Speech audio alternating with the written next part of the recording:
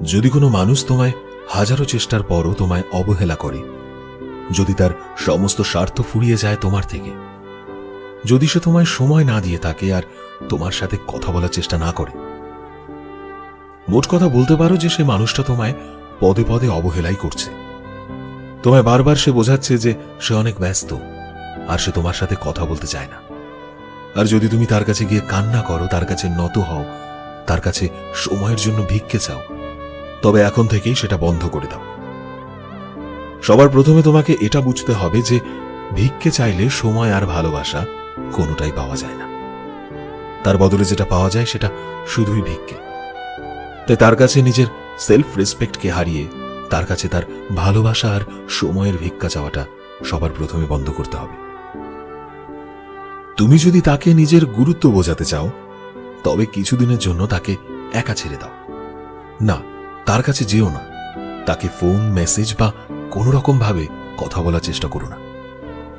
দেখবে যদি তার মনে তোমার প্রতি একটুও সম্মান, একটুও ভালোবাসা কিংবা একটুও ভ্যালু থাকে, তবে সে সেই সম্পর্ক বাঁচানোর জন্য নিশ্চয়ই তোমার কাছে ফিরে আসবে।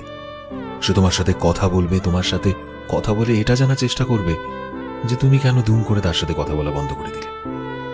আর সবটা জেনে সে সম্পর্কটাকে ঠিক করতে চাইবে। একটা মানুষ যতই ব্যস্ত থাকুক না কেন, যাকে সে মনে প্রাণে ভালোবাসে, তার জন্য দিন শেষে একটু সময় তো বের করাই যায়। কিন্তু তুমি যদি দেখো যে তোমার প্রিয় মানুষটি দীর্ঘ সময় ধরে তোমার জন্য একটা মিনিটও ফাঁকা করতে পারছে না, তাহলে তুমি ধরেই নাও যে সে আর এই সম্পর্কে থাকতে চায় না। সে তোমাকে টেকেন ফর গ্র্যান্টেড হিসাবে কনসিডার করছে। যদি সে তোমায় সত্যি টেকেন ফর গ্র্যান্টেড নিয়ে থাকে, তবে তার থেকে তুমি দূরে গিয়ে নিজের দাম বাড়ানোর যতই চেষ্টা করো না কেন, সবটাই বৃথা। বারে বারে কষ্ট পাওয়া, দম বন্ধ হওয়া, হাঁপিয়ে ওঠা, এই সমস্ত কিছু থেকে তোমাকে বের হয়ে আসতে হবে। কারণ মনে রেখো, আর যাই হোক জোর করে ভালোবাসা হয় না। যখন একটা মানুষ বারবার আমাদের এটা বোঝানোর চেষ্টা করছে যে তার কাছে আমাদের কোনো ভ্যালুই নেই, তখন আমাদেরও উচিত নিজের সেলফ রেসপেক্টকে প্রায়োরিটি দেওয়া। একটা সময় পর যখন দেয়ালে পিঠ ঠেকে যায়, তখন তো নিজের জন্য স্ট্যান্ড নিতেই হবে, তাই না? তুমি তাকে ভালোবাসো, তুমি তার সাথে সময় কাটাতে চাও, তুমি তার সাথে তোমার গোটা জীবন কাটাতে চাও, সবকিছুই ঠিক আছে, কিন্তু নিজেকে না এতটা সহজলভ্য করে দিও না। নিজেকে এতটা সহজলভ্য করে দিলে আর কোনোদিনই তুমি তোমার দামটা ফিরে পাবে না। একটা কথা কি বলতো, কোনো কিছুই না বেশি বেশি ভালো না। তাই দরকারের চাইতে বেশি ভালোবাসলে দেখবে ভালোবাসাটাই কমে গেছে।